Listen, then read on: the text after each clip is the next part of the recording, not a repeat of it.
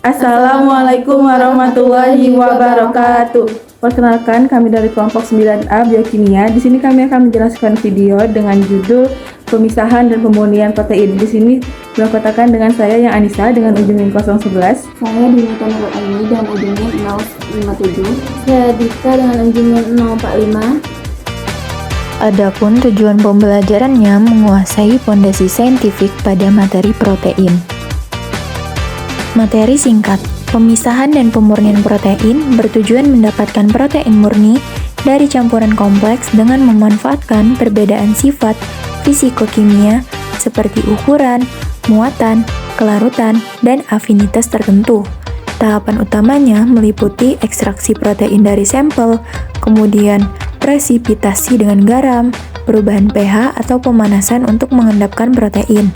Selanjutnya dilakukan pemurnian lebih lanjut, misalnya dengan dialisis untuk menghilangkan molekul kecil, serta kromatografi pertukaran ion, filtrasi gel, atau afinitas sesuai karakter protein. Pada tahap akhir, elektroforesis sering digunakan untuk mengecek kemurnian. Langkah pertama, panaskan susu dengan suhu 40-45 derajat Celcius atau sampai tidak mendidih. Pemanasan membantu melunakkan struktur protein dan memudahkan denaturasi. Selanjutnya, tambahkan cuka sedikit demi sedikit sambil diaduk hingga terbentuk gumpalan putih atau kasein, di mana asam menurunkan pH hingga mendekati titik isoelektrik kasein atau sekitar pH 4,6, dan pada titik ini muatan protein netral sehingga interaksi hidrofobik dominan dan protein pun menggumpal. Langkah pertama, tumbuk daun kangkung hingga halus, kemudian tambahkan garam. Di sini, garam membantu melarutkan protein dengan menstabilkan muatan permukaan protein atau efek salting in. Selanjutnya, saring hasil tumbukan untuk memperoleh ekstrak, di mana proses ini memisahkan serat selulosa dari cairan berisi protein terlarut dan pigmen.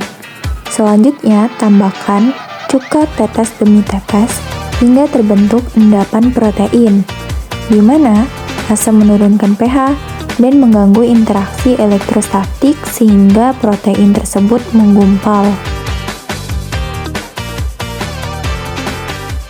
Langkah pertama, panaskan air dalam kuali hingga 60-70 derajat Celcius. Pada suhu 60-70 derajat Celcius cukup untuk menyebabkan denaturasi protein albumin. Di sini, panas memutus ikatan hidrogen dan interaksi non-kovalen yang membuat struktur tersier protein tersebut terbuka.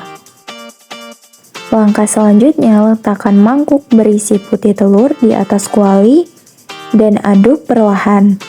Kemudian, amati perubahan warna dan tekstur dari cair transparan menjadi putih keruh dan menggumpal.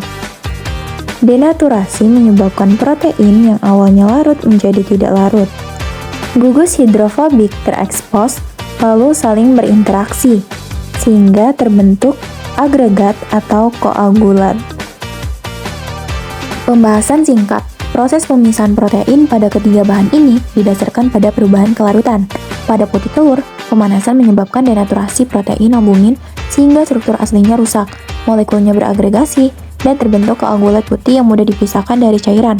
Pada susu, penambahan asam menurunkan pH hingga mendekati titik isoelektrik kasein, yaitu pH 4,6, sehingga muatan netral membuat protein menggumpal dan terpisah dari whey. Sementara pada kangkung, garam membantu melarutkan protein dengan menstabilkan muatan permukaan, kemudian penambahan asam menurunkan kelarutannya sehingga protein mengendap dan dapat dipisahkan dari pigmen serta serat. Dengan demikian, pemanasan, pengasaman, dan penggunaan garam bekerja dengan prinsip berbeda, tapi semuanya menurunkan kelarutan protein agar dapat diisolasi. Kesimpulannya, pemisahan protein dapat dilakukan dengan berbagai cara sesuai sifat dasarnya. Pada putih telur, protein terpisah melalui denaturasi termal yang menyebabkan koagulasi. Pada susu, protein kasein mengendapkan ketika pH diturunkan dengan asam hingga mencapai titik isoelektriknya. Sedangkan pada kangkung, protein diekstrak dengan garam dan kemudian diendapkan dengan asam. Ketiga metode tersebut menunjukkan bahwa perubahan kondisi lingkungan seperti suhu, pH, dan konsentrasi garam berpengaruh langsung terhadap kelarutan protein, sehingga dapat dimanfaatkan untuk memisahkannya dan memurnikannya.